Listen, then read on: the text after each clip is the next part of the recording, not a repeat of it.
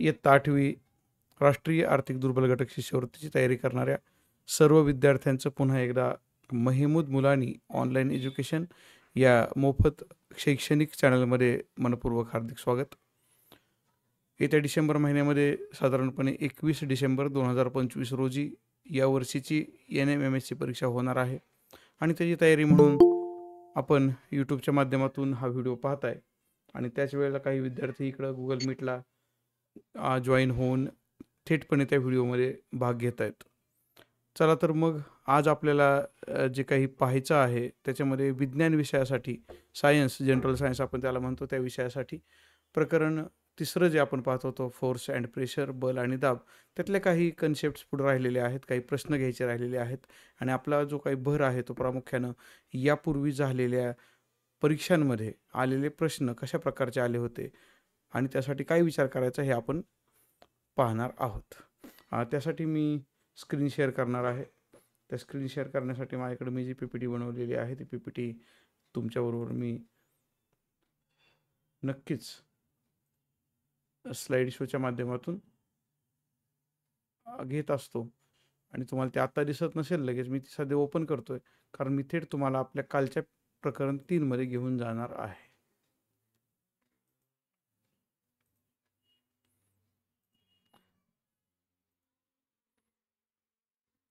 कालच्या प्रकरण 3ची जी काही स्क्रीन आहे ती मी तुमच्याबरोबर आत्ता शेअर करतो.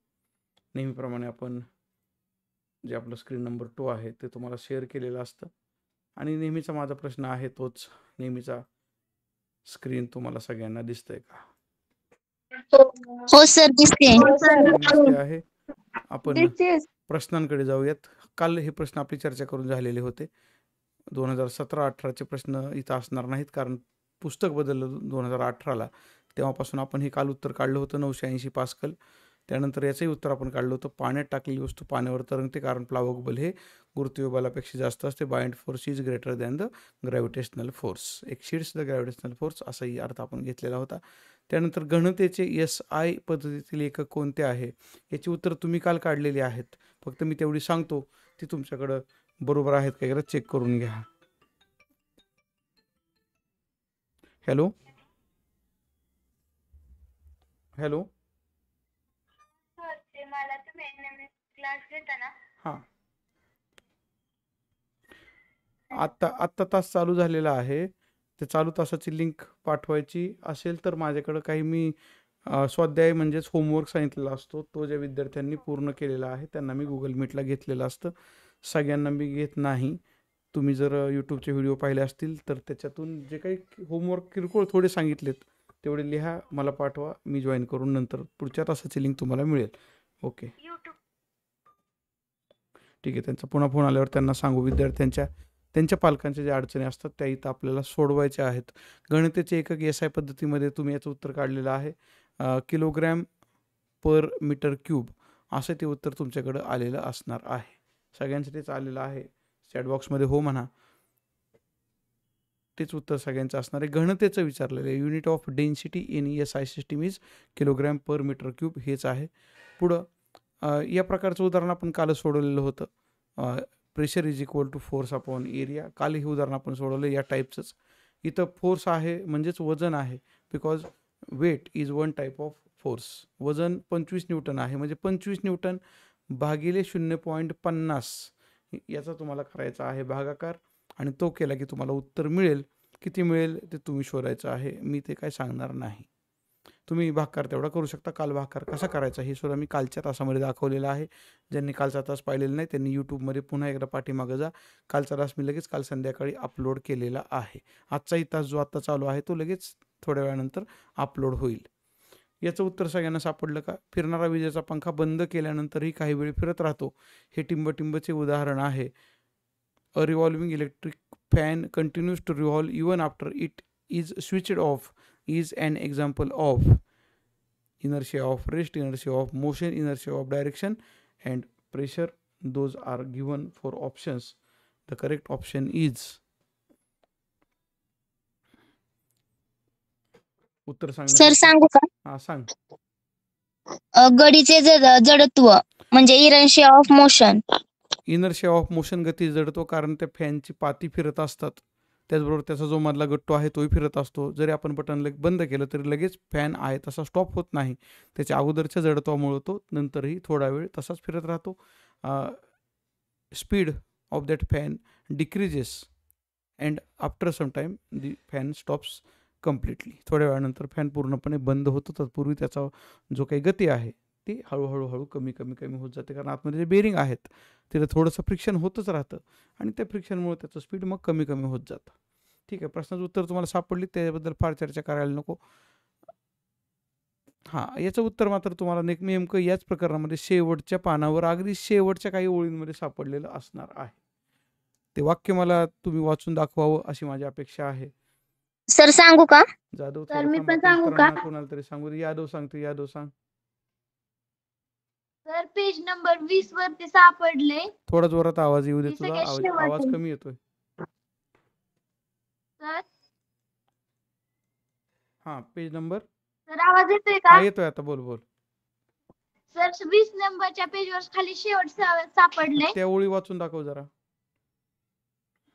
आर्किमिडीजच्या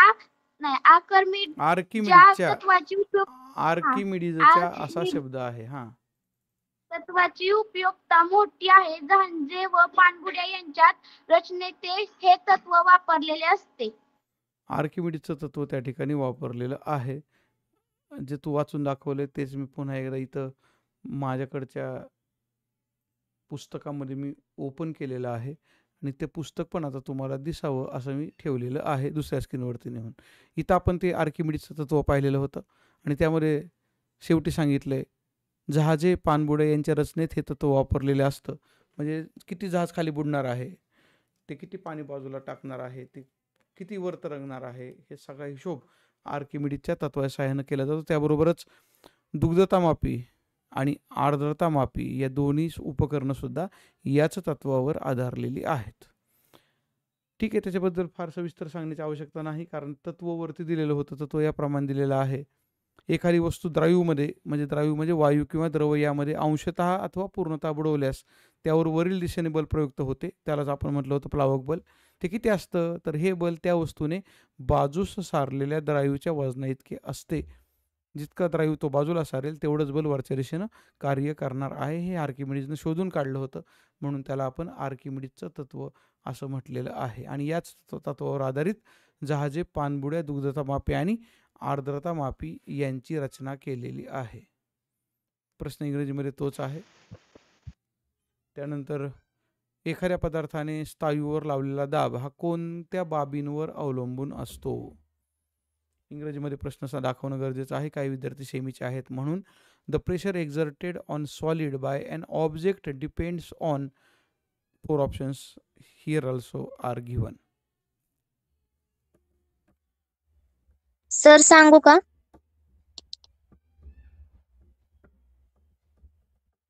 बाकीच्यांचे मेंदू सुद्धा चालू राहायला पाहिजे. जाधवने एकटीनंच उत्तर प्रत्येक वेळेला सांगावं असं नाही. म्हणजे जाधव सांगते कारण तिने अभ्यास केलाय, चांगली गोष्ट आहे जाधव. आता हुंबे काय सांगते आपण ऐकू. जाधव नंतर तुझंही म्हणणं मी ऐकणार आहे. सांग. कॅमेरा चालू कर, माईक चालू कर, सांग. हुंबे कॅमेरा चालू कर, माईक चालू कर आणि सांग. Sir option number 1. Option number 1 तिचं म्हणणं आहे. Weight and contact area of object. थोडं एक्सप्लेन कर. सर असं असू शकतं ना आपण एखाद्या पदार्थाने स्थायूवर लावलेला दाब हा कोणत्या बाबींवर अवलंबून असू शकतो, म्हणजे त्या पदार्थाच्या वजनावर व संपर्क क्षेत्रावरच अवलंबून असू शकतो. याच्यासाठी तू काही एखादं आणखी माहिती सांगू शकते का? ठीक आहे, मला अशी अपेक्षा होती की यापेक्षा अजून थोडीशी माहिती देणं अपेक्षित आहे. जाधव काय सांगते ऐकूया आपण. जाधव बोल. सर तिने सांगितलेलं बरोबर आहे का? ऑप्शन नंबर 1च आहे.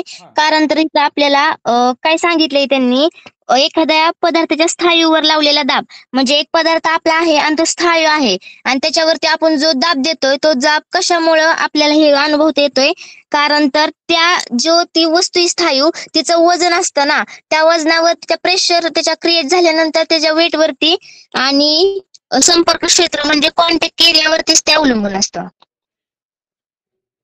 एक सूत्र तर आपल्याला माहित आहे. या सूत्रामध्ये क्षेत्रफळ शब्द आहे, म्हणजे क्षेत्रफळ या ठिकाणी आपल्याला घेणं गरजेचं आहे. आता प्रश्न शिल्लक राहिला बल. तर आता एक लक्षात घ्या, वजन मगाशीच मी बोलताना म्हटलं होतं पहा, वजन म्हणजेच काय असतं? गुरुत्वीय बलच असतं ते. म्हणजे इथं तुम्हाला बल म्हणजे काय घ्यायचं आहे, तर त्या वस्तूचं वजन घ्यायचं आहे. म्हणजे तुम्ही एखादी वीट घेतली आणि ती वीट तुम्ही एखाद्या दुसऱ्या भागावर ठेवली, तर त्या विटेचं क्षेत्रफळ जर कमी असलं तर इथं प्रेशर म्हणजे दाब जास्त असणार आहे. हीच वीट जर तुम्ही अशी आडवी ठेवली तर आता काय झालं, एरिया वाढला, त्यामुळे इथं जो प्रेशर असणार आहे तो काय असा असणार आहे, कमी असणार आहे. म्हणजेच वजन हे गुरुत्वीय बल आहे. म्हणून इथं आपण म्हणू शकतो की वजनावर पण ते अवलंबून आहे आणि संपर्क क्षेत्रफळावर सुद्धा अवलंबून आहे. नुसत्या वस्तुमानावर अवलंबून नाही, कारण वस्तुमान ही आधीच राशी आहे, त्यामुळे ते तिथं घेऊ शकत नाही आपण. वजन म्हणजे गुरुत्वीय बलच आहे. म्हणजे बल आणि क्षेत्रफळ अशा दोन्ही गोष्टी या ठिकाणी येतात. म्हणून पर्याय क्रमांक 1 बरोबर आहे. कालची आपली ही चर्चा राहिलेली होती अशा काही अवघड प्रश्नांबद्दलची, ती आता आपण पूर्ण केलेली आहे. ठीक आहे, पुढे जाऊयात पुढच्या प्रश्नाकडं.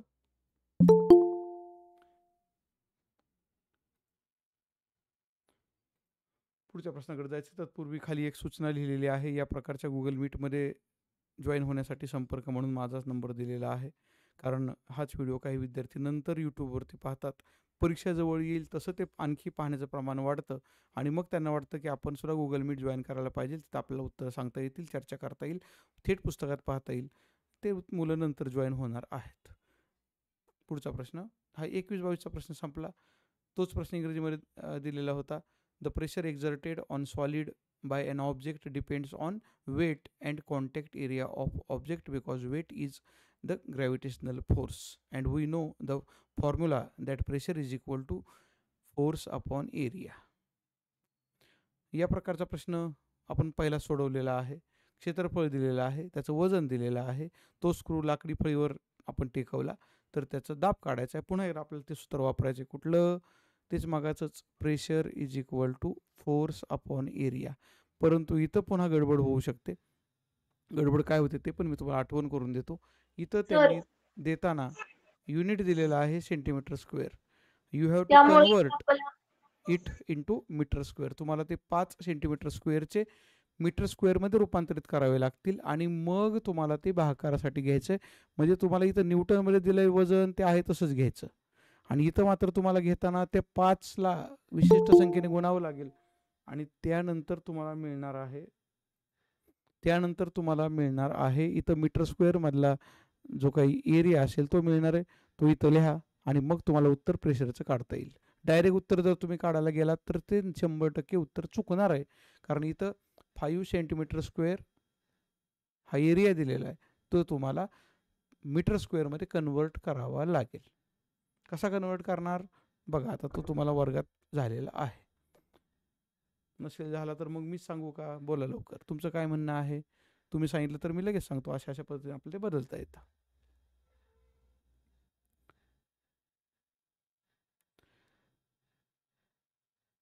दोन 2022-23 मध्ये प्रश्न आलेला आहे. एखाद्या वस्तूवर एकापेक्षा अधिक बले प्रयुक्त असतील तर त्या वस्तूवर होणारा परिणाम हा टिंबटिंब असतो. If more than one force is acting on a body then the effect on the body is dash. या प्रश्नाचं उत्तर तुम्हाला balance force and unbalance force म्हणजेच संतुलित बल आणि असंतुलित बल इथं सापडणार आहे. तुम्हाला तो एक टेबल दिला आहे बघा, तिथं टेबलवरती एक बॉक्स ठेवलेला आहे. बॉक्सला दोन्ही बाजूंना वजन टाकण्यासाठी ते पारडी तराजू काटे जोडलेले आहेत. तिथं बघा, तुम्हाला याचं उत्तर सापडेल. ओके, सापडले का कोणाला उत्तर? सर मी सांगू का? देशमुख सांगते, सांग. प्रयुक्त निव्वळ बलामुळे कुठल्या पान नंबर सांगते का? म्हणजे सगळ्यांना सापडेल ते पान नंबर. तर पान नंबर 16 वरती. ओके, पान नंबर 16. येलो कलरचा चार्ट आहे त्याच्यात आहे.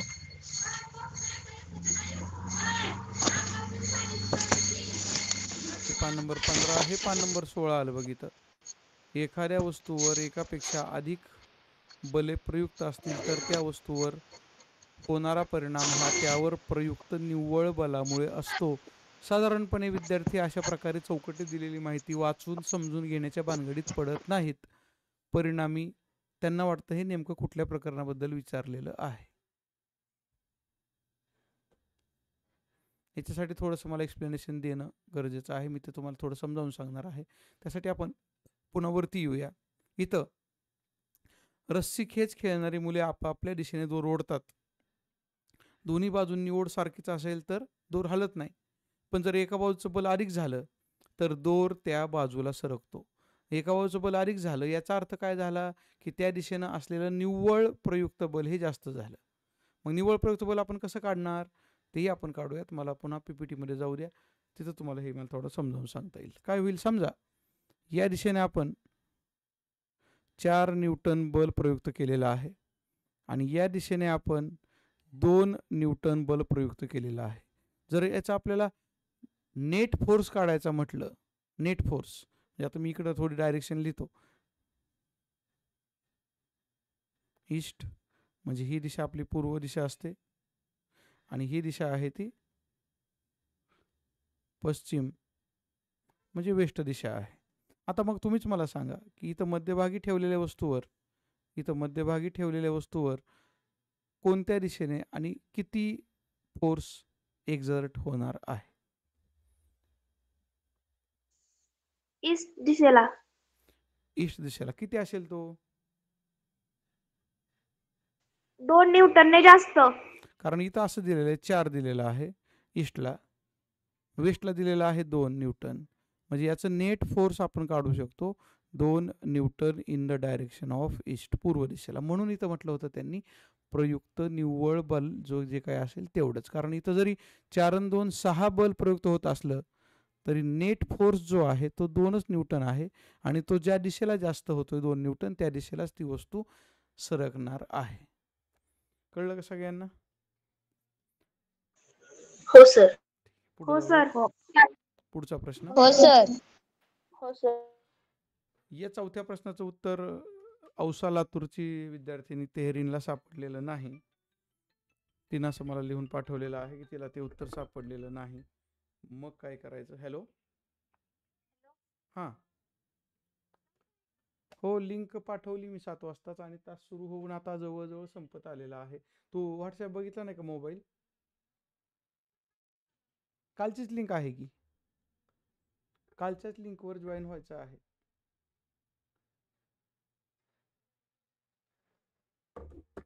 ठीक आहे, बोला लवकर. आता इथं 4 पर्याय दिलेले आहेत. त्या 4 पर्यायांपैकी कोणता पर्याय बरोबर आहे असा प्रश्न शिल्लक राहिलाय. तुम्हाला काय वाटतं? प्रत्येक पर्यायाची आपण चर्चा करणं गरजेचं आहे. कारण काही प्रश्न खरोखर असेच असतात की जे आपल्याला त्रास देतात. नक्कीच.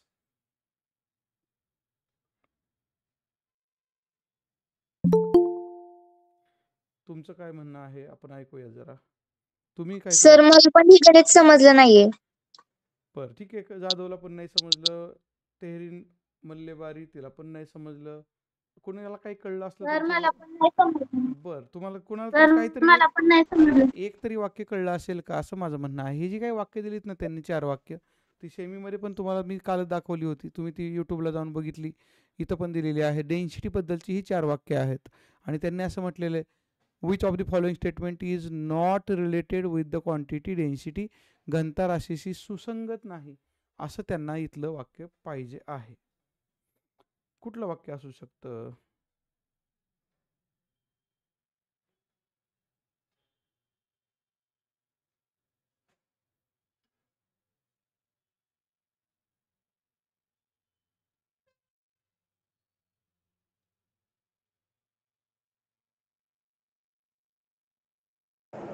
ऑप्शन 4. भगतचं म्हणणं आहे ऑप्शन 4. भगत थोडं एक्सप्लेन करून सांग. फोर. एक्सप्लेन करून सांगणं गरजेचं आहे. थांबा, बाकीच्यांना का आता लगेच काही बोलू. भगतचं म्हणणं आहे ऑप्शन नंबर 4, वस्तूच्या आकारमानाचा परिणाम वस्तूच्या घनतेवर होत नाही. म्हणजेच इंग्रजीमध्ये तुझं वाक्य असं होतं, volume of object does not affect density of object. Explain करून सांग जरा. सर सी वॉटरमध्ये जास्त साल्ट असते म्हणून तिथे त्याची डेन्सिटी जास्त असते. आणि नंतर सेकंड ऑप्शन आहे if salt are more in water then density is more. हे पण ऑप्शन बरोबर आहे. हां object having more density than water sinks in water. जर ऑब्जेक्टला वॉटरपेक्षा जास्त डेन्सिटी असेल ऑब्जेक्टची तर ती पाण्यात बुडत नाही. हेही ऑप्शन बरोबर आहे. बुडत म्हणून नाही मला इथं नाही, वाटते की बुडतो बुडतो असं म्हटलंय त्यांनी. सॉरी सिंक्स इन वॉटर, बुडतो तो. सॉरी बुडतो. हां आणि म्हणून मला असं वाटतं की चौथं ऑप्शन चुकीचं आहे. बर, म्हणून चौथा चुकीचा आहे. बरं चौथ्याबद्दल थोडा विचार कर बरं, खरोखर तो चुकीचा आहे का? खरोखरच तो चुकीचा आहे अं, का?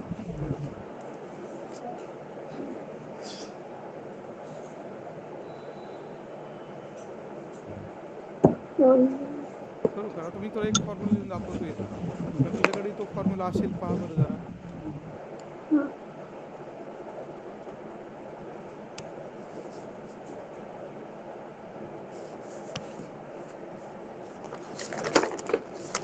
हा फॉर्म्युला आहे का आपल्याला यापूर्वी झालेला 7वी मध्ये वगैरे?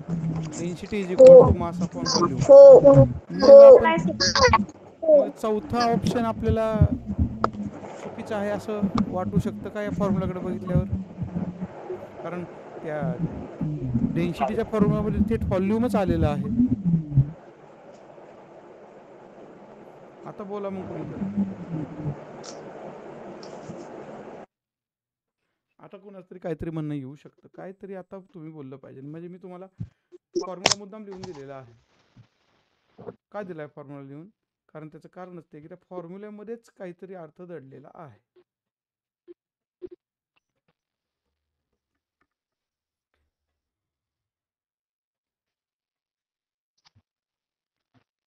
काही नाही का अर्थ? आता पुन्हा एकदा विचार करा, मी पुन्हा तुमच्या समोर ठेवतो. इथं पुन्हा मराठीमध्ये सूत्र लिहून देतो. शेवटच्यासाठी ते सूत्र गरजेचं होतं. घनता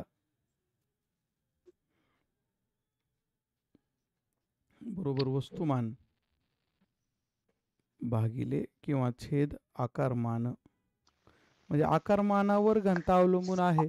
इथं तर त्यांनी म्हणलं होतं वस्तूच्या आकारमानाचा परिणाम वस्तूच्या घनतेवर होत नाही. ऍक्च्युली तो परिणाम होतो, तो परिणाम होतो, होत नाही. हे जे त्यांनी लिहिले की नाही, हे कसं आहे? चुकीचं आहे. आणि चुकीचं आहे त्यालाच आपण सुसंगत नाही असं म्हणतो. म्हणून भगतने उत्तर सांगितलं होतं बरोबर, परंतु तिला थोडं आणखी ते एक्सप्लेन करता आलं नाही. ते मी केलेलं आहे. आता कळलं का सगळ्यांना? परत आपण हे सगळे ऑप्शन्स बघून घेऊयात. आता पुन्हा सगळे ऑप्शन्स बघूयात. गोड्या पाण्याची घनता समुद्राच्या पाण्यापेक्षा कमी असते. आता याचं कारण काय असू शकतं? कारण गोड्या पाण्यामध्ये क्षार कमी असतात, समुद्राच्या पाण्यामध्ये मात्र क्षार जास्त असतात. मग जर क्षार असतील जास्त तर आपोआपच काय होणार आहे की त्यांची, एकच मिनटं विद्यार्थी एक ॲड करतो मी ग्रुपला आपल्या व्हॉट्सॲपच्या, म्हणजे त्याला उद्याची लिंक मिळेल. ओके, ब्रॉडकास्ट ग्रुपला ॲड केलेले काही विद्यार्थी आता. गोड्या पाण्याची घनता समुद्राच्या पाण्यापेक्षा कमी असते. याचं कारण स्पष्टपणे आहे की गोड्या पाण्यामध्ये क्षार कमी आहेत, समुद्राच्या पाण्यामध्ये क्षार जास्त आहेत. आपोआपच हे जे वाक्य आहे हे वाक्य बरोबर आहे. दुसरं, पाण्यात जास्त क्षार असल्यास पाण्याची घनता जास्त असते. हे दुसरं वाक्य सुद्धा बरोबरच आहे, कारण आताच आपण वरती ते पाहिलंय की समुद्राच्या पाण्याची घनता जास्त आहे कारण त्याच्यामध्ये क्षार आहेत. आणि दगड जर आपण पाण्यामध्ये टाकला तर तो पाण्यात बुडतो कारण दगडाची घनता जास्त असते. म्हणजे हे तिसरं वाक्य सुद्धा कसं आहे? बरोबरच आहे. हे चौथं वाक्य आहे. जे 2 विद्यार्थी जॉईन होत आहेत त्यांना आपण जॉईन करून घेऊ. हे जे चौथं वाक्य आहे, हे चौथं वाक्य मात्र घनतेवर परिणाम होत नाही हे चुकीचं आहे. ऍक्च्युली वस्तूच्या आकारमानाचा परिणाम घनतेवर होतो, म्हणजे हे सुसंगत नाही, चुकीचं आहे. मी तुम्हाला स्पष्टीकरण दिलेले, तरीही कोणी शंका असेल तर विचारा.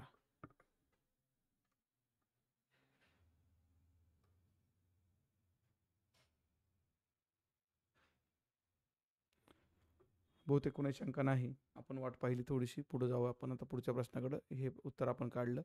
त्यानंतर 2023-24 मध्ये आलेला प्रश्न, द्रायू विषयी पुढीलपैकी कोणते विधान सत्य आहे? ऑप्शन्स तुम्ही वाचून ठेवलेले आहेत, कालच लिहून पण ठेवलेले आहेत. प्रश्न मी इंग्रजीमध्ये पण दाखवतोय.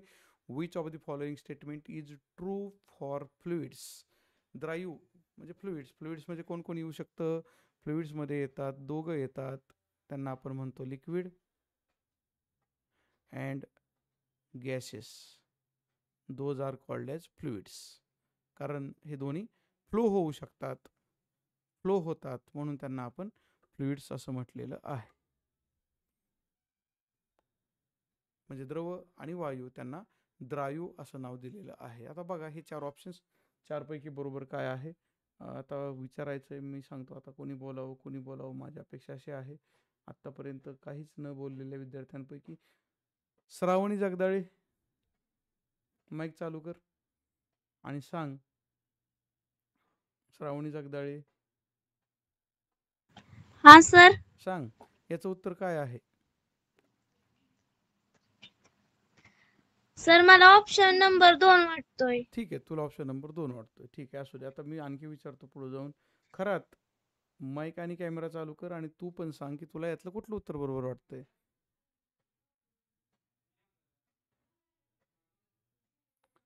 खरात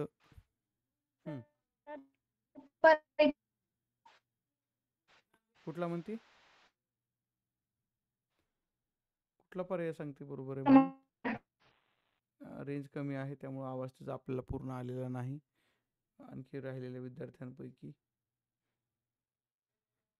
आकांक्षा म्हणली उशिरा जॉईन झाली. आकांक्षा सांग नेमकं तुला यातलं कुठलं उत्तर बरोबर वाटतंय?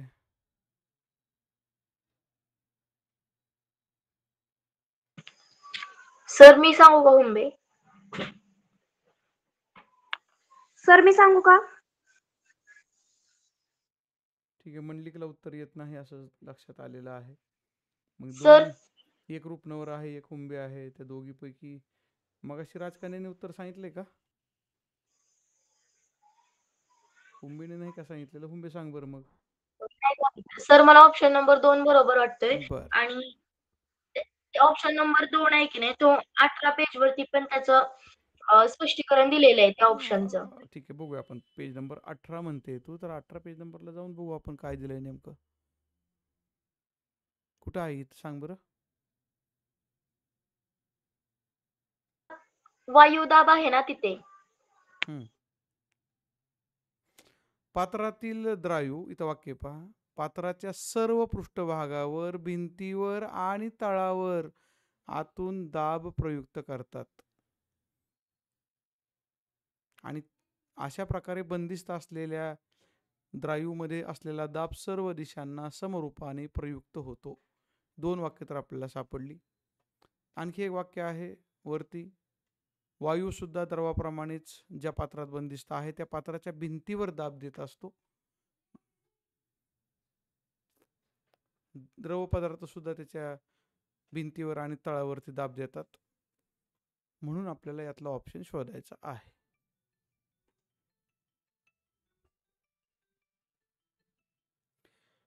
पाटील सर, मी तुम्हाला नंतर फोन करतो. आता गुगल मीटवरती तास चाललेला आहे NMMSचा, तो थोड्याच वेळात यूट्यूबवरती टाकणार आहे. विज्ञान विषयाची चर्चा चाललेली आहे. सर बोला. आता शोधा, द्रायूसाठी शोधा. द्रायूसाठीचं वाक्य आता सापडले वाक्य आपल्याला, तुम्हाला इथं शोधायचं.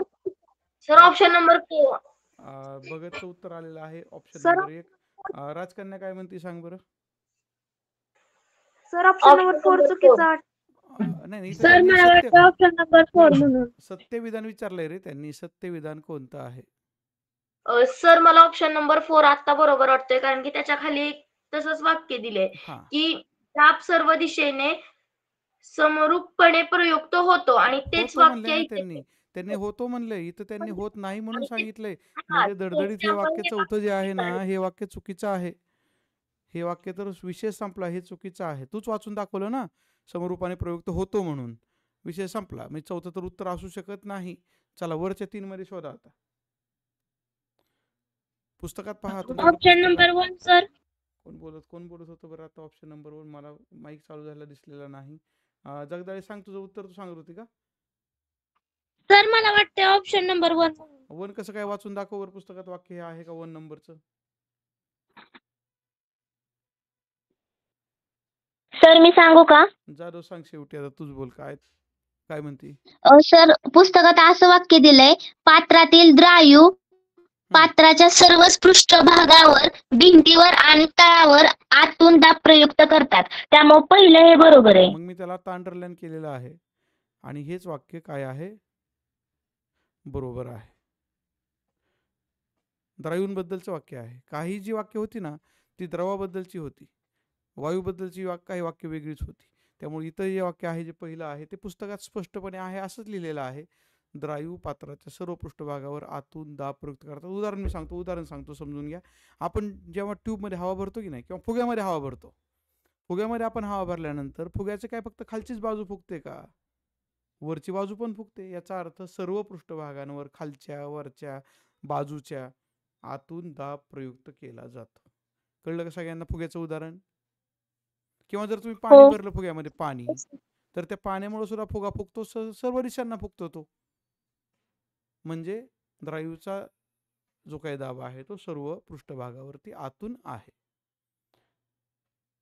Fluid in a container एक्झर्ट्स pressure on all surfaces of a container from inside, असं वाक्य सेमीच्या पुस्तकामध्ये दिलेलं आहे. 2024-25 मधला हा प्रश्न, आणि याचं उत्तर लगेच सापडावं अशा अपेक्षा आहे, कारण तुमच्यासमोर ग्राफ दिसतोय आणि ग्राफमध्ये इकडं वाय ॲक्सिसवर घेतलेला आहे ॲटमॉस्फेरिक प्रेशर म्हणजे वातावरणीय दाब, आणि वर दाखवलाय बाण वातावरणीय दाब वर जास्त आहे, खाली येईल तसं ते कमी कमी होत चालले. एक्स ॲक्सिसवर उंची दाखवलेली आहे. उंची याचा अर्थ समुद्रसपाटीपासून आपण किती उंचावर आहोत ते दाखवले, आणि ती उंची तुम्हाला 2000, 6000, 10000 जरी दाखवली असली तरी मध्ये बाकीचे सगळे आकडे सुद्धा हजर आहेत. त्यावेळेला एक समजून घ्या की जसजशी उंची वाढत जाते तसा तसा वातावरणीय दाब कमी कमी होत जातो. हा कमी झालाय, खाली आलाय म्हणजे कमी आलाय. आता मग उत्तर तुम्ही याच्यामधलं मला सांगा. चुकीचं विधान शोधायचं आहे, हे लक्षात घ्या. बऱ्याच वेळेला आपण विधान बरोबर विधान शोधतो, चुकीचं विधान आपल्याला सापडत नाही. सर मी सांगू का? सर सांगू का? बरेच विद्यार्थी तयार आहेत. वायशे उत्तर दे. वायशे माईक कॅमेरा चालू कर आणि उत्तर सांग. सर पर्याय क्रमांक 3 असू शकतं का? पर्याय क्रमांक 1, 2, 3, 4 त्यापैकी तुला काय वाटतं बघ. तुझं 3 म्हणणं आहे ते फार वाक्य भलं मोठं दिलंय. वाक्य समजलं का? कारण वातावरणीय दाब हा उंचीनुसार वाढत जातोय. वातावरणीय दाब हा उंचीनुसार वाढत जात नाही बाबा, तो उंचीनुसार कमी कमी होत जातो. उदाहरणार्थ तुला समजून सांगू का, उंचीनुसार तो कसा कमी होत जातो. म्हणजे तसं मी असं लिहितो इथं, उंची वाढली म्हणजेच काय झाली, जास्त झाली तर दाब कमी होतो. इथं बघ ना, इथं उंची कमी आहे, इकडं ही उंचीचे घटक दिलेले आहेत. इथं उंची 2000 आहे, एकदा समजून घ्या. उंची 2000 आहे तेव्हा दाब जो आहे तो इतका आहे, जो असेल तो इकडं आपण तो घेतला. ज्या वेळेला उंची 6000 झालेली आहे त्यावेळेला जो दाब आहे तो, आता मला सांगा मग, उंची वाढल्यावर 2000 ची 6000 झाली, दाब वाढलाय का कमी झालाय? काय झालाय? उंची वाढल्यावर दाब कमी होतो. म्हणजे इथं जे वाक्य दिले का नाही त्यांनी, वातावरणीय दाब उंचीनुसार वाढत जातो, हे पहिलं विधान चुकीचं आहे. बाकीची सगळी विधानं बरोबर आहेत. समुद्र सपाटीला वातावरण दाब सर्वात जास्त असतो आणि वरती जाऊ त्याप्रमाणे तो कमी कमी कमी होत जातो. जर आपण उंच डोंगरावर गेलो तर तिथं वातावरणाचा दाब कमी असतो, त्यामुळं ऑक्सिजन पण कमी असतो. तिथं उंच जाणारे गिर्यारोहक पाठीवर ऑक्सिजनची नळकांडी घेऊन जातात. किंवा जर एखाद्याला त्रास असला श्वास घेण्याचा तर त्याला उंचीवर जायला डॉक्टर सांगतात, फार उंचावर जाऊ नका. त्याचं कारण हे आहे की दाब पण कमी असतो त्यामुळे ऑक्सिजन पण कमीच असतो. आणि जर आपण फार उंच डोंगरावर गेलो तर आपल्या नाकातून अचानकपणे रक्तस्राव होऊ शकतो, कारण नाकातले जे काही रक्तवाहिन्या आहेत त्या लहान बारीक असतात. त्याला कॅपिलरीज असं म्हणतात. तिथला दाब कमी झाल्यामुळं आतलं प्रेशर तर रक्ताचं कमी झालेलं नाही, ते त्यामुळं रिलेटिव्हली जास्त दिसतं. म्हणून नाकातल्या रक्तवाहिन्या फुटून गुहाना फुटतो, म्हणजे नाकातनं रक्त थोडंसं बाहेर पडू शकतं. म्हणून हे जे दिलं आहे त्याच्यामध्ये पहिलं जे वाक्य आहे ते चुकीचं वाक्य दिले, बाकीची वाक्य बरोबर आहेत. प्लावक बलाशी निगडीत सत्य विधान निवडा. 4 विधानं दिलेली आहेत. तुम्हाला ती मी पुन्हा दाखवतो. सेमीमध्ये जाऊन येऊयात. Choose the correct statement with regard to buoyant force. Buoyant फोर्सशी रिलेटेड असलेलं वाक्य आपल्याला शोधायचं आहे. ते सत्य विधान शोधायचं आहे. शोधा, वाचा आणि सांगा. नसेल तर मी एक्सप्लेनेशन देणार आहे. बायंड फोर्स हा कधी वाढतो किंवा कधी कमी होतो. ते वाढते म्हणले का नाही, ते याचा अर्थ काय? प्लावक बल वाढतं. ते प्रत्येक ठिकाणी वाढतं म्हणूनच त्यांनी दिलंय. पण हे कधी कधी वाढतं, त्याचे 4 पर्याय दिलेले आहेत. आता हे 4 पर्यायापैकी कुठलं पर्याय बरोबर तो आपल्याला शोधायचा.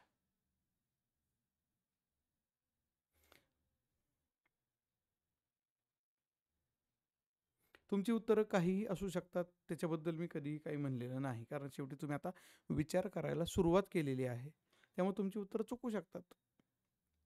पण चुकल्यावरच तुम्हाला कळतंय ना बरोबर काय आहे ते.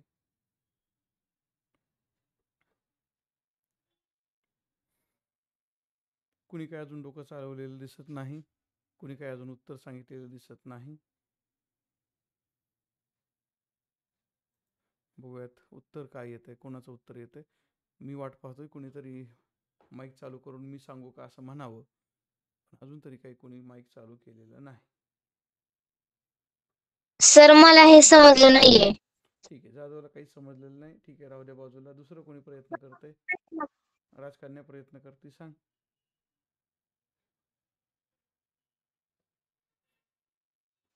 सर नाही समजलं. ठीक आहे, राहू द्या मग. बघत आजच्या तासामध्ये न मला सापडलेली आहे. फाल्गुनी पगार आज अजिबातच बोललेली नाही. त्याचबरोबर औसा लातूरची मल्लेबारी विद्यार्थिनी तेहरीन तिचं नाव आहे, ती सुद्धा काही बोललेली नाही. तेहरीन बोलायला सुरुवात करते. तेहरीन, बोल, तुझं काय म्हणणं आहे? मला नाही समजलं. बरं ठीक आहे, राहू दे मग. नाही समजलं तर मी सांगणारच आहे की. सर फाल्गुनीचं काय म्हणणं आहे? सर बोल. सर मी हुंबे बोलते. 19 पेज वरती ना तिथे 2 पॉइंट दिलेत, त्यावरून आपण ठीक आहे, ओके ओके. इतरांना 19 पान नंबर बघू द्या अगोदर. इतरांना 19 पान नंबर त्यांनी जर बघितलं, तिथं त्यांनी काही गोष्टी वाचल्या तर त्यांच्या ते लक्षात येऊ शकतं.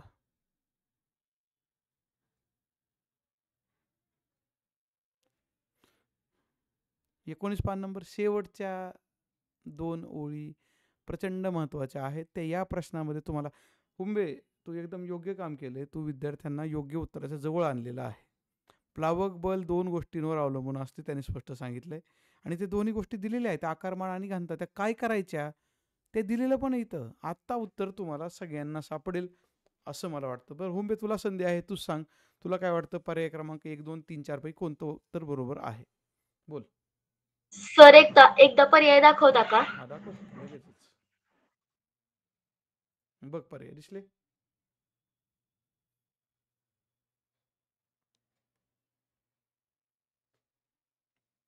आकारमान वाढवणे, आकारमान कमी करणे असे हे पर्याय आहेत, किंवा घनता वाढवणे आणि घनता कमी करणे असे हे पर्याय आहेत. काय काय वाढवायचं, काय काय कमी करायचं ते विचार करायचं आपल्याला. परत पुस्तकात जा, पान नंबर 19 शेवटच्या 2 ओळी बघ आणि मग सांग.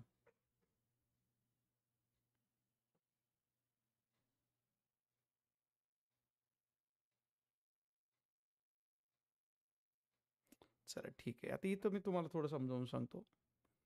कुणीच काही उत्तर देत नाही, मलाच सांगावं लागेल असं वाटतंय शेवटी. आता प्लावक बल, या प्लावक बलामध्ये आकारमान काय सांगितले बघा बरं. द्रवात बुडणाऱ्या वस्तूचे आकारमान जास्त असल्यास प्लावक बल जास्त असते. म्हणजे आकारमान काय करायचं आपल्याला? वाढवायचं आहे. आकारमान वाढवायचं आहे. पहिला भाग तर क्लिअर झाला. आणि घनता जास्त असली की प्लावक बल जास्त असतं. म्हणजे घनता सुद्धा आपल्याला काय करायची आहे? 100% वाढवायचीच आहे. म्हणजे आकारमान पण वाढवायचे, घनता पण वाढवायची. असा कितवा पर्याय दिलेला आहे बरं? घनता पण वाढवायची, आकारमान पण वाढवायचे. पर्याय कितवा दिलेला आहे? जाधव सर पर्याय सापडलाय. पर्याय क्रमांक 4 दिलेला आहे आणि तो बरोबर आहे. पर्याय क्रमांक बरोबर आहे, 4च येतो. बुडणाऱ्या सर, पर्याय पदार्थाचं आकारमान वाढवणे आणि द्रवाची घनता वाढवणे हे दोन्ही वाढवल्यामुळं बायंट फोर्स म्हणजेच प्लावक बल काय होतं? वाढतं. आणि ते लिहिलंय पुढे त्यांनी, ते वाढते. ते म्हणजे कोण? प्लावक बल वाढतं. म्हणून हुंबे तू उत्तर बरोबर शोधलं. पान नंबर 19 शेवटच्या 2 ओळी इथं महत्वाच्या होत्या आणि तू त्या दाखवल्यावर मग सगळ्यांना ते उत्तर सापडलेलं आहे. ओके, कळलं का सगळ्यांना उत्तर? उत्तर कळलं का? प्रश्न वाक्य वाचलं का? ते इंग्रजीमध्ये वाचून बघा एकदा. इट हो, sir. Increases with increase in हो, sir. Volume of dipping object and increase in density of liquid. Volume जरी वाढवलं तरी बाइंड फोर्स वाढतो आणि त्या लिक्विडची डेन्सिटी जरी वाढवली तरी बाइंड फोर्स वाढतो. याचं एक उदाहरण मी तुम्हाला सांगतो. उदाहरण सांगितलं तुम्हाला कळेल ते. तुम्ही हा एक प्रयोग खूप वेळा पाहिलेला आहे. पाणी घेतलेलं आहे ग्लासमध्ये, काचेच्या ग्लासमध्ये पाणी घेतलंय. त्या पाण्यामध्ये जर आपण लिंबू सोडलं, लिंबू एक अखंड लिंबू आहे गोल, ते पिवळ्या कलरचं, ते सोडलं तर ते सुरुवातीला पाण्यात खाली जाऊन बुडतं. ठीक आहे, बुडलंय. त्यानंतर आपण काय करतो? दुसऱ्या ग्लासामध्ये तेच पाणी घेतो. त्या पाण्यामध्ये आपण मीठ टाकतो 2-4 चमचे.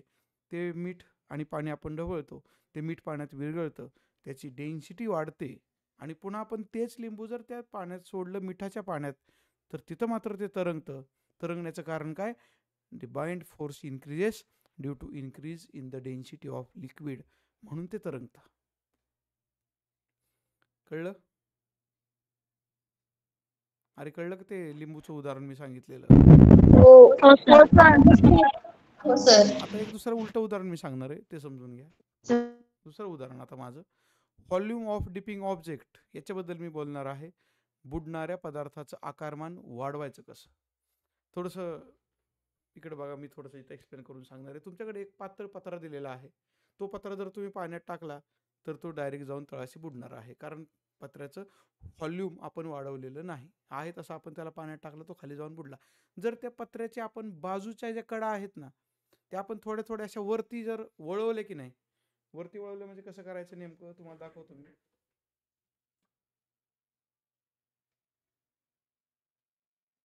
माझ्याकडे लिहायचंय, मला दाखवायचं तुम्हाला. त्यासाठी मी सध्या काय घेतलं तर कागद घेतलेला. मी काय पत्रा घेतलेला नाही, पण जर पत्रा असता आणि हा असंच आपण पाण्यात सोडला असतं तर तो पाण्यात जाऊन बुडाला असता. त्याच्या जर आपण याला असं धरलं आणि सगळीकडून थोडं थोडं असं वरती चिटकवत आणलं, त्याचा गोल तयार केला किंवा आपण नावेसारखा आकार दिला आणि ते पाण्यात जर सोडलं, तर मला सांगा, धातूचा पत्रा, लोखंडाचा पत्रा, त्याची डेन्सिटी नक्कीच जास्त आहे वॉटरपेक्षा. तरीही एवढ्या मोठ्या वजनाचं ते लोखंड, त्याला योग्य आकार दिल्यामुळं ते बुडतं का मग पाण्यात? नाही. मग ते बुडत नाही, कारण त्याचं आकारमान काय केलं आपण? आकारमान वाढवलं. त्यानं बाजूला सारलेलं पाणी वाढलं, त्यामुळं ते खाली बुडत नाही. म्हणून मोठी मोठी जहाजं पाण्यात बुडत नाहीत. म्हणजे थोडी खाली बुडतात आणि जे बुडलेला भाग आहे तेवढं पाणी बाजूला सरकलं की ते त्याच्या खाली आणखी बुडत नाहीत. आपली नाव सगळ्यांनी बघितली, पाण्यात जाणारी नाव, त्याचा काही भाग खाली बुडलेला असतो आणि काही भाग वरती शिल्लक असतो. मग त्यांनी त्या नावेचा विशिष्ट असा आकार तयार केलेला आहे. त्याच्याऐवजी त्यांनी जर नुसतं सपाटच भाग ठेवला असता आणि तुम्ही त्यात बसला असता तर ते बुडलं असतं की नाही? त्याला साईडनं असं वरती आकार देऊन त्याचं आकारमान वाढवलंय, म्हणून ते घडलेलं आहे. प्लावक बल वाढवण्यासाठी केलेले हे सगळे उपाय आहेत. प्लावक बलाशी निगडीत उत्तर आपल्याला सापडलं. उदाहरणं पण मी तुम्हाला योग्य अशी दोन्ही दिलेली आहेत. 24-25चे हे प्रश्न संपले. 25-26चा प्रश्न आपल्याला थेट 21 डिसेंबर 2025ला सापडणार आहे. परंतु तत्पूर्वी ज्या विद्यार्थ्यांनी अजून चॅनलला सबस्क्राईब केलेलं नाही त्यांनी चॅनलला सबस्क्राईब करा आणि ज्यांना गुगल मीटला यायचं आहे त्यांनी या क्रमांकावरती संपर्क साधा. तुम्ही यूट्यूबला जर महमूद मुलानी ऑनलाईन एज्युकेशन असं नाव टाकून सर्च केलं तुम्हाला माझा चॅनल नक्कीच सापडेल. त्याच्यामध्ये 100पेक्षा जास्त व्हिडिओज हे फक्त NMMSचेच आहेत. टोटली 400पेक्षा अनेक व्हिडिओज आहेत, पण त्यातले 100पेक्षा जास्त व्हिडिओज हे NMMSचे आहेत. मागच्या अनेक वर्षांचे ते आहेत. त्याच्यावरती जाऊन तुम्ही ते व्हिडिओ सगळे एकदा पाहू शकता आणि त्या भागातली जी काही महत्त्वाची माहिती आहे ती तुमच्याकडं लिहून सुद्धा ठेवू शकता. तुम्हाला ती उपयोगाला येणार आहे. शेअरिंग मी आता बंद केलेलं आहे. नेहमीप्रमाणे तुम्हाला ते माहिती आहे की आपण शेअरिंग बंद कधी करतो, की ज्या वेळेला आपल्याला तास आता शेवटी बंद करायचं आहे त्यावेळेला आपण शेअरिंग बंद करतो. आणि मग विद्यार्थी त्यांचं जे काही म्हणणं आहे ते 1-2 मिनिटामध्ये सांगतात आणि नंतर तास बंद होतो. इकडे यूट्यूबचे जे विद्यार्थी आहेत यूट्यूबवरती पाहणारे त्यांना पुन्हा सूचना आहे, गुगल मीटमध्ये यायचं असेल, व्हॉट्सॲपचा ग्रुप जॉईन करायचा असेल, NMMSची तयारी करायची असेल तर तुम्हाला त्या नंबरवरती संपर्क साधावा लागेल. सांगितलेला होमवर्क अभ्यास पूर्ण करावा लागेल. माझे नियम जरा जास्तच कडक असतात असं विद्यार्थ्यांचं म्हणणं असतं, परंतु काही हरकत नाही. ज्यांना नाहीच अभ्यास करायचा ते जॉईन नाही झाले, यूट्यूब चॅनल नाही बघितला तरी चालेल, परंतु जॉईन होणाऱ्यांना मात्र NMMSची स्कॉलरशिप मिळण्याची मला खात्री वाटते त्यांनी जर तेवढा त्या पद्धतीने अभ्यास केला तर. ओके, इकडं येऊ आपण पुन्हा. गुगल मीटचे जे विद्यार्थी आहेत त्यापैकी एखादा विद्यार्थी, अगदी सगळेच नाही, एखाद्याच विद्यार्थ्याला आज मनोगत व्यक्त करायला मी सांगणार आहे. कोणता एरिया आहे आज मनोगत व्यक्त करायला? 1-2 मिनिटामध्ये, 1 मिनिटामध्ये तासाबद्दल, परीक्षांबद्दल, आपल्या अभ्यासाबद्दल तुम्हाला स्वतः बोलायचं आहे. कोण बोलू इच्छितं?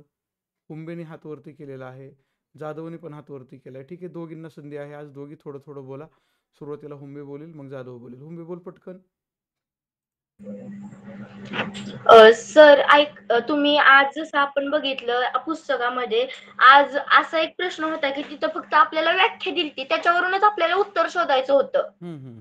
म्हणजे काय काय प्रश्न असे आहेत की पुस्तकात फक्त त्याच्या व्याख्या दिलेत, ते म्हणजे ते प्रश्न पुस्तकातच असतील असं काही नाही, ते पुस्तकाच्या बाहेरचे असं पण म्हणता येत नाही आपल्याला, कारण की ते पुस्तकात जी व्याख्या आहे ना त्याच्यावरतीच ते डिपेंड आहेत प्रश्न. आणि याचा अर्थ असा की त्या व्याख्येवर आपण पुढे जाऊन थोडासा जास्त विचार करणं गरजेचं आहे, तर उत्तर अचूक सापडणार आहे. थोडस ते प्रश्न थोडेसे डिफिकल्ट जाणार, पण ते आपल्याला उत्तर शोधता आली पाहिजे. त्याच प्रश्नांची उत्तर ज्यांना येतात ना त्या विद्यार्थ्यांचे मार्क स्कोर होतात पुढं, बाकी ज्यांचे स्कोरिंग होत नाही तिथं त्यांना 0 मार्क पडतात. म्हणजे ते तसंच आपल्याला जास्त विचार करून ते क्वेश्चन सोडवावे लागणार आहेत. बरोबर आहे, अगदी बरोबर आहे. जाधव काय म्हणते ऐकू आता आपण. तर जसं तुम्ही सांगितलंय ना ते बरोबर आहे. जाधव कॅमेरा चालू होत नाही का तुझा आज? नाही होतंय सर. ठीक आहे, राहू दे, माईक चालू आहे, बोल. सर जसं तुम्ही सांगितलंय ना ते बरोबर आहे. ते पुस्तकात जे आपल्याला शॉर्ट पॉइंट देतात ना त्याच्यावरून ते आपल्याला उत्तराच्या जवळपर्यंत पोहोचतात. मग आपल्याला पण त्याच्याबद्दल थोडीशी जनरल माहिती पाहिजे ना, म्हणजे सगळंच काय आपल्याला असं आयतं भेटणार नाही ना, त्यामुळे आपल्याला पण थोडीशी काहीतरी जनरल त्याच्याविषयी माहिती गोळा करून, म्हणजे ते प्रश्न असे काढतात की त्याच्यामुळे विद्यार्थ्यांच्या ब्रेनला अशी चालाखी किंवा चालना मिळण्यासाठी ते असे डिपेंड प्रश्न काढतात. बरोबर आहे, तशा प्रकारचेच ते प्रश्न काढलेले असतात. आणि विद्यार्थ्यांना आणि सर आपण हा शेवटचा प्रश्न बघितलेला की ते त्यांनी 2च छोटे पॉइंट दिलते, पण त्याच्यावरून ते 4 पर्याय किती डिपेंड होते, कारण त्याच्यामध्ये थोडे कन्फ्युजन करण्यासारखे होते. कधी कमी होते तर कधी वाढते, आणि नजर चुकीने ते चूक पण शकतं. म्हणजे आपलं वाचन किती बारकाईने पाहिजे हे लक्षात आलं.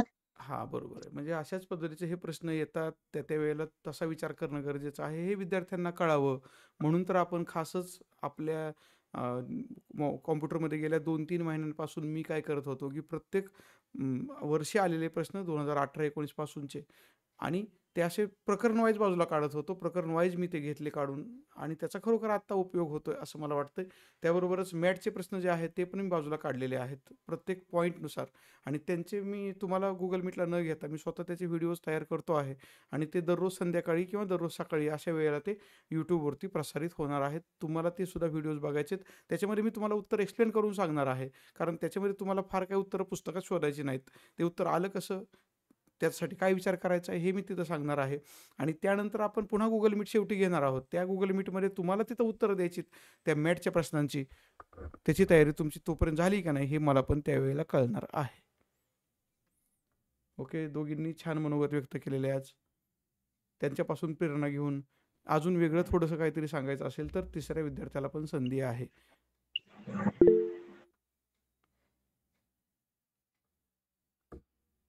मगाशी पण हुंबेचा हात होता. दुसरी हुंबे आहे का ही? दुसरी हुंबे आहे बरं. बोल बरं. दुसरी हुंबे. सर दुसरी कॅमेरा हुंबे चालू नाही. कर. मग तूच आहे का परत? बरं बोल. हा सर मीच आहे. सर आपल्याला जे 7वीचे क्वेश्चन घ्यायचे होते ना ते हा. आपण शनिवारी घेऊया, कारण की म्हणजे शनिवारी त्यांना म्हणजे शनिवारी ते आपल्याला पुस्तक देऊ शकतात ना, आणि आपण त्यांना रविवारी पण रिटर्न देऊ शकतो ते.